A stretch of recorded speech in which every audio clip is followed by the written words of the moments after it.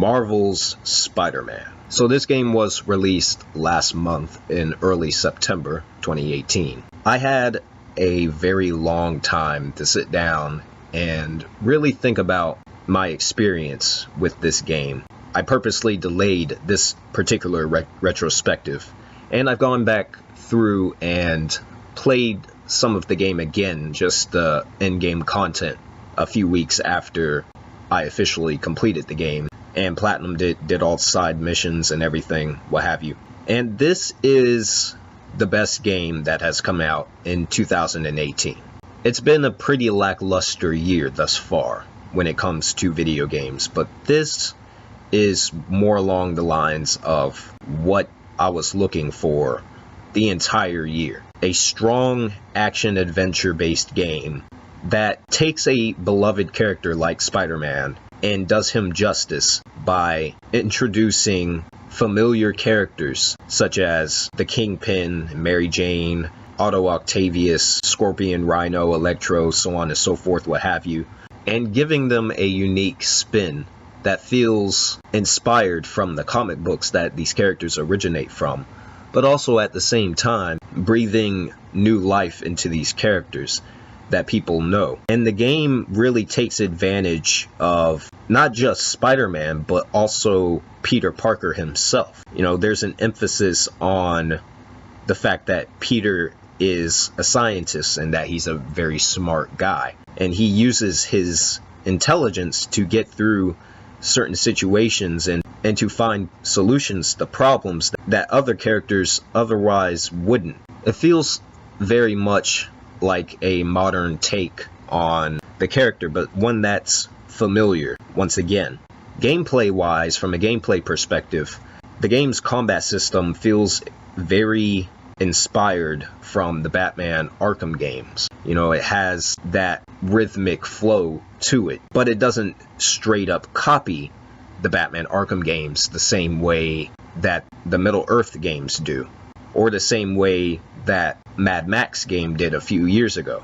The controls aren't completely ripped from the Batman Arkham games, and there are subtle differences, but important differences between this game and the Arkham games. You know, it feels like a Spider-Man game, even though it is taking advantage of Rocksteady's formula, just with a different spin. And that's just the combat system. The web slinging in this game is the best that it has ever been in any of the open world Spider-Man titles. The way the camera tracks Spider-Man is especially unique and never loses focus of him, and it never zooms in too close, nor does it ever zoom out too far. The character remains in the center of the screen, but the way you navigate the environment feels very natural. You know, you'll automatically run across walls when you want to do that in a way that feels intuitive and natural. There's environmental hotspots throughout the entire city where you can zip to a single point and then kick off from that point, so you never end up getting stuck on buildings. That was a very smart design choice that Insomniac made. And then combine the web slinging and the combat together with the side missions that they have in the game, be it if you're sightseeing for different landmarks that's in the game, or if you're tracking down a car full of thugs who just committed a crime, or if you're trying to take out an outpost full of thugs or armed henchmen.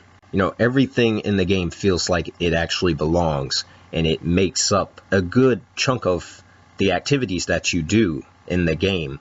So everything feels like it has a purpose for actually being there. And being able to play as Peter himself, as well as Mary Jane and Miles Morales in scripted stealth sections in the game, was also a very good design choice.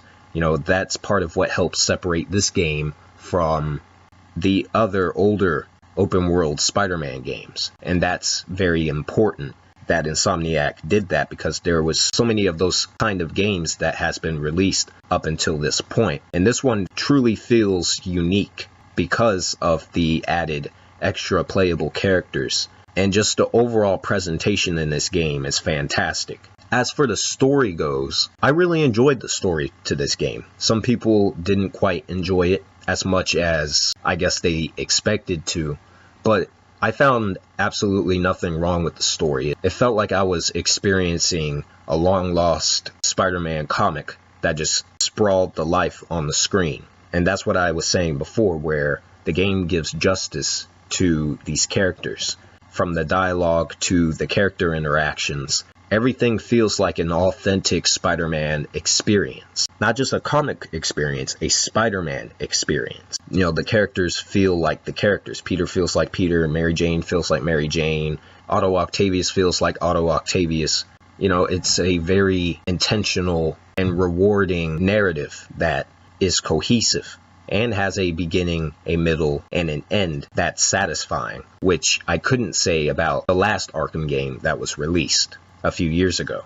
And so this game, as I said, is the best game that has come out in 2018, and I highly doubt that's going to change because I'm recording this video a week before Red Dead Redemption 2 releases. For me personally, I don't see that overtaking this in terms of quality. You know, this was a fantastic game through and through, from the combat to the exploration to the side content and the main content. Plus, with the DLC still upon the horizon and Insomniac announcing that they have taken an interest to put in a New Game Plus mode, you know, I'm interested to see how this game is going to evolve over time. And so that's what I got to say about Marvel's Spider-Man. It's a great game. It's a fantastic game. It's a game that finally does justice to the character of Spider-Man while taking some much needed lessons from the Batman Arkham games.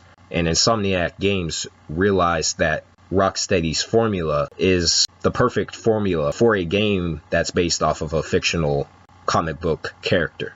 They came up with something that I'm going to remember for a long time.